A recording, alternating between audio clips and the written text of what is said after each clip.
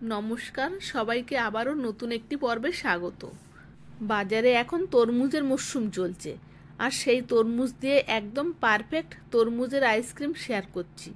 এই রেসিপিটা বানানো ভীষণই সহজ আর খেতে একদম পারফেক্ট ইয়াম্মি। চলুন দেখে নেওয়া যাক আজকের এই তরমুজের আইসক্রিম রেসিপিটি। একটা তরমুজ নিয়েছি, তরমুজটা কেটে আমি একটা পিস বার করে নেব। আপনারা যখন বাড়িতে তরমুজটা কাটবেন তখন একটু পাতলা করেও কাটতে পারেন, আবার একটু মোটা করেও কাটতে পারেন, সেটা আপনাদের নিজস্ব ব্যাপার। তবে একটু পাতলা করে কাটলেই বেশি ভালো হবে। এবার তরমুজের ভিতর থেকে আমি লাল অংশটা বার করে নেব একটা ব্লেন্ডারের ভিতরে।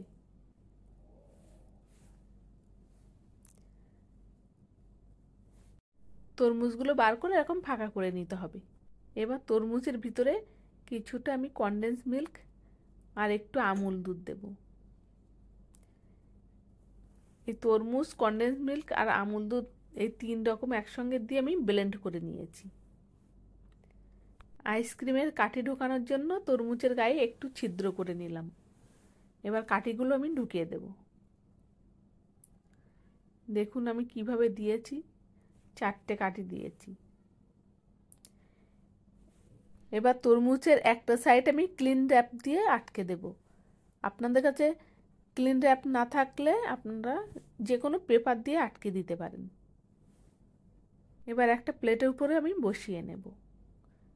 উপর থেকে আমি ওই তরমুজের লিকুইডটা ঢেলে দিলাম, পুরো ভরে ঢেলে দেব।